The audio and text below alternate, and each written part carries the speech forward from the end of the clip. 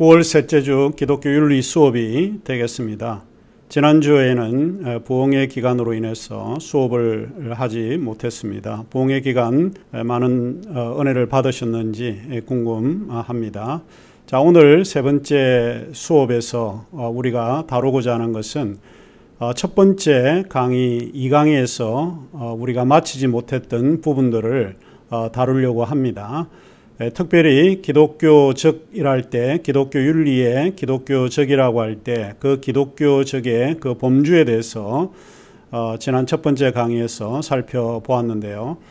첫 번째가 기독교적이라고 할 때 그것은 성서적이다라고 하는 말로 이해해 볼 수 있고요. 또 두 번째로는 기독교적이라고 할 때 그것은 유실론적이다라고 하는 의미로 받아들일 수 있습니다. 그리고 기독교적이라고 할 때 세 번째 범주로서는 실천적이라고 하는 그런 의미로 우리가 생각해 볼 수 있습니다.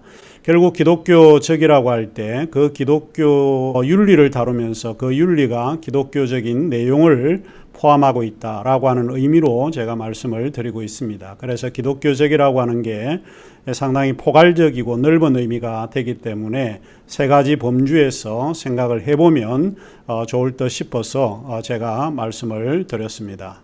오늘 강의에서는 지난번 강의에서 마치지 못했던 기독교적의 첫 번째 범주였던 성서적이라고 하는 의미를 마무리해야 할 것 같습니다.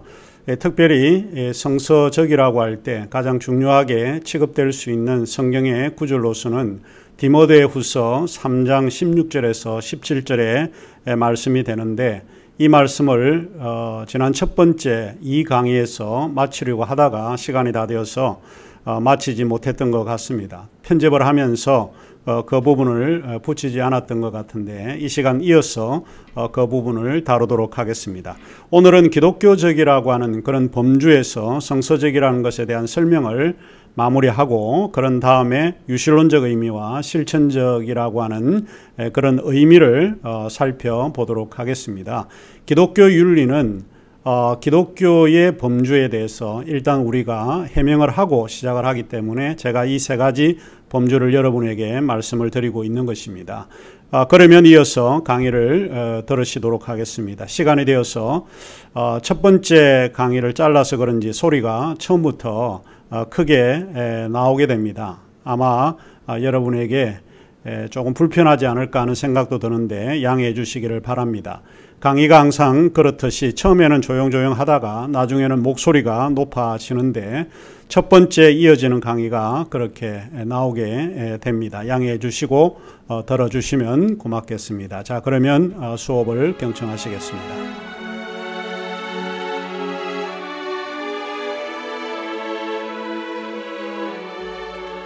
하나님의 영감으로 된 것이 성경입니다.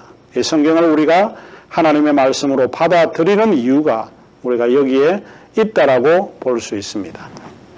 그 다음에 이제 두 번째 기독교적이라 할 때 유실론적이죠. 믿음의 대상으로 제가 설명을 했는데 유실론은 신이 존재한다고 믿는 신앙입니다. 우리는 창조주 하나님이 존재한다고 믿고 있는 신앙을 가지고 있습니다. 이게 유실론입니다. 히브리서 11장 6절 우리 히브리서 저자는 이렇게 이야기를 합니다. 믿음이 없이는 하나님을 기쁘시게 하지 못하나니 하나님께 나아가는 자는 반드시 그가 계신 것, 그가 존재하는 것과 또한 그가 자기를 찾는 자들에게 상 주시는 이심을 믿어야 한다는 겁니다. 그러니까 기독교적이라고 할 때 우리는 하나님이 유실론의 하나님이 살아계시다는 것을 고백을 해야 되고 또 그 하나님이 자기를 찾는 자들에게 상을 주는 그런 분임을 믿어야 한다. 이렇게 주장하고 있습니다. 자, 그러면 기독교 유실론에 대한 다양한 설명들이 있는데 그러면 유실론은 조금 구체적으로 설명하면 그런 거입니다. 하나님은 무로부터 창조하셨어요. 그래서 크리에이터 엑스 니힐로 그래서 엑스 니힐리즘이라고 하는 하나님을 우리가 생각을 할 때 하나님은 아무것도 없는 데서 창조하신 소위 크리에이터 엑스 니힐로 이렇게 됩니다. 조금 제가 영어하고 한국말하고 조금 섞여서 지금 이야기를 조금 했는데, 원래 라틴어의 크레이토 엑스 니힐로 이렇게 되죠. 니힐로 이렇게 여기에서 보통 허무주의, 없음 뭐 이런 거예요. 라틴어에 같이 논이라고 하는 거, 논이라고 아니라고 하는 부정사와 함께 사용되어지는 동의어입니다. 니힐로, 엑스닐, 엑스는 뭐뭐로부터 그런 거죠. 그러니까 어떤 something으로부터 창조된 하나님이 아니고 하나님은 무로부터 창조하신 하나님이에요.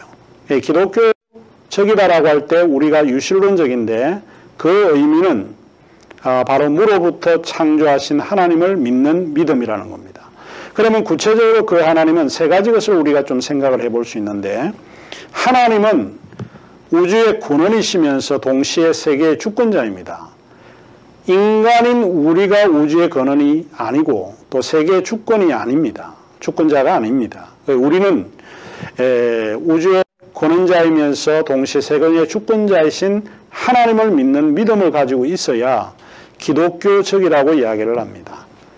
창조주와 피조물의 명확한 구분성을 신앙의 출발로 삼아야 하는 겁니다. 그러니까 결국 우리는 하나님이 자신의 형상대로 우리를 창조하셨다고 믿어야 되는 거고, 그 창조주가 곧 우리가 믿고 있는 하나님이시다 하는 것이죠. 자, 여기에서 이제 우리가 중요한 거를 한번 생각을 해볼 수 있는데, 종종 많은 그리스도인들이 생각을 할 때에 나만 하나님에 의해서 창조되었다고 믿는 사람이 많은 것 같아요. 그런 의미로 우리가 생각을 하면 좀 곤란할 것 같고, 나와 다른 차이가 있는 사람들도, 인간들도 하나님의 피조된 존재로 받아들여야 한다는 거예요. 이런 세계관을 기독교는 받아들이고 있습니다. 그러니까 결국 다른 이웃들이, 그 이웃이 장애인이건 또 여성이든 남성이든 하나님의 형상으로 나와 똑같이 지음을 받았다라고 하는 것을 인정해 줘야 한다는 겁니다. 모든 판단의 기준은 하나님이시고 내가 타인을 판단하는 절대자가 아닙니다. 우리는 타인의 잘못을, 타인의 옳음을 판단하는 사람이 아니라고 이야기를 했죠. 그래서 타인도, 나와 다른 사람도 그 차이성을 인정하도록 요구하는 것이 창조주 하나님의 창조론의 근본 개념입니다. 우리는 이런 세계관을 받아들이고 있습니다. 타인도 하나님의 피조된 존재로 받아들이는 그런 세계관입니다. 창세기 1장 27절에 이 구절이 우리에게 명확하게 그 의미를 제시하고 있습니다. 하나님이 자기 형상, 곧 하나님의 형상대로 사람을 창조하시되 남자와 여자를 창조하시다 하는 거예요. 자, 여기서 in his own image라고 하는 굉장히 중요한 이야기입니다. 자, 그래서 이제 두 번째로 유실론은 하나님을 사랑의 존재로 받아들이죠. 하나님은 사랑이 많으신 존재입니다. 창조주 하나님이신 것뿐만 아니라 사랑의 하나님이시다라고 보는 것이고, 또 유실론은 하나님을 거룩한 존재로 받아들인다는 거예요. 내가 거룩하니 너희도 거룩하라. 이 성경의 가르침입니다. 그 다음에 유실론은 하나님을 스스로 계시는 존재, 이런 것을 조금 어렵게 표현하자면 자존하시는 존재로 받아들입니다. 자, 이 스스로 계시는 존재는 이스라엘 백성이 태동할 때 하나님께서 이집트에서 교육을 받은 모세에게 애굽에서 노예로 있는 너의 백성들을 구원하고 이끌어내라라고 이야기를 하시죠. 그래서 명령을 합니다. 너는 이집트로 가서 너의 백성들을 이끌어내라. 그런데 모세가 항변을 하죠. 아니, 제가 가면 이렇게 묻지 않겠습니까? 너는 누군데 우리를 구원하려고 그러냐? 이때 누가 보냈냐고 이야기를 할 때 하나님이 보냈다고 하라. 그럼 하나님은 누구냐? 라고 할 때 하나님은 스스로 계시는 존재자다. 그래서 유명한 I am whom I am, 나는 존재하고 있는 그 존재자. 이 스스로 이거를 이제 조금 어렵게 신학적으로 표현해서 자존의 존재로, 그래서 기독교 유실론은 자존하시는 존재로 받아들입니다. 하나님은 인간이 아니기 때문에 하나님은 처음이자 마지막이시고 그는 영원히 사멸하시는 존재, 스스로 계셨던 존재입니다. 그래서 유신론은 하나님을 스스로 계시는 존재로 받아들이고 있다라고 보는 거죠. 그 다음에 이제 세 번째로 기독교적이라고 할 때 그거는 사랑을 배제하고 난 이후에는 아무런 의미가 없다라고 볼 수 있는 거죠. 실천적이다. 그래서 실천적이라고 할 때 사랑은 아까 저기도 이야기했지만 보편성은 사랑이에요. 시대를 구분하고 시대를 넘어서 사랑은 존재합니다. 그러나 그 사랑은 구체성을 띠지 않으면 실천적일 수가 없습니다. 그래서 예수 그리스도의 성육신의 사건, 인카네이션이라고 하는 그 성육신의 사건이 기독교가 실천적임을 보여주고 있습니다. 이 구절을 극명하게 설명해 주는 구절이 빌립보서 2장 5절에서 8절이 되는데 너희 안에 이 마음을 품으라. 곧 그리스도 예수의 마음이니 그는 근본 하나님의 본체시나 하나님과 동등됨을 취할 것으로 여기지 아니하시고 오히려 자기를 비워 종의 형체를 가지사 사람들과 같이 되셨고 사람의 모양으로 나타나사 자기를 낮추시고 죽기까지 복종하셨으니 곧 십자가에 죽으심이라. 자, 하나님이 인간을 구원하기 위해서 자기를 희생하셔야 한다는 것입니다. 그래서 저는 이게 하나님이 자기를 희생하는 행위, 자기 상실의 행위가 인간을 구원할 수 있다 이렇게 보는 거죠. 굉장히 아주 실천적인 의미를 우리에게 이야기를 하고 있습니다. 요한에 의해서 우리에게 전달되는 그 구절도 사랑이 실천적이라고 하는 것을 보여주는데 내 계명은 곧 내가 너희를 사랑한 것 같이 서로 사랑하라 하는 이것이니라. 사람이 친구를 위하여 자기 목숨을 버리면 이에서 더 큰 사랑이 없다. 너희가 나의 명한 대로 행하면 곧 나의 친구다.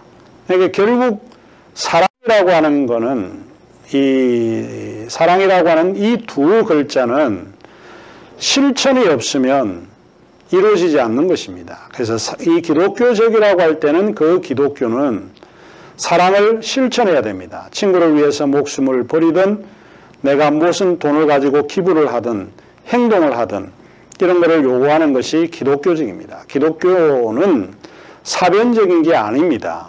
묵상으로 끝나고 묵념으로 끝나는 종교가 아니라 기독교는 사랑의 종교입니다. 실천적이야 그게 기독교적이다 이렇게 이야기를 합니다. 야고보 저자는 그의 서신에서 이렇게 기록하고 있습니다. 내 형제들아 사람이 만일 믿음이 있노라 하고 행함이 없으면 무슨 유익이 있으리요? 그 믿음이 능히 자기를 구원하겠느냐? 만일 형제나 자매가 헐벗고 일용할 양식이 없는데 너희 중에 누구든지 그에게 이르되 평안히 가라, 덥게 하라, 배부르게 하라 하며 그 몸에 쓸 것을 주지 아니하면 무슨 유익이 있으리요? 이와 같이 행함이 없는 믿음은 그 자체가 죽었다. 이 구절이 분명하죠. 결국은 사랑이라고 하는 것은 우리가 가지고 있는 말로 하는 것이 아니라 실천적으로 행한다는 거예요. 사랑은 그 구체성이 나타날 때 그 사랑을 입증할 수가 없다라고 보는 겁니다. 아무리 믿음이 좋아도 우리가 말로만 덥게 가라, 배부르게 하라, 평안히 가라 이렇게 하면 유익이 없다. 이렇게 분명하게 우리에게 제시해주고 있습니다. 그래서 기독교적이라고 할 때 인카네이션을 비롯해서 우리가 그 사랑을 실천할 때 이게 기독교적이다 라고 이야기해 볼 수 있다라고 보는 겁니다.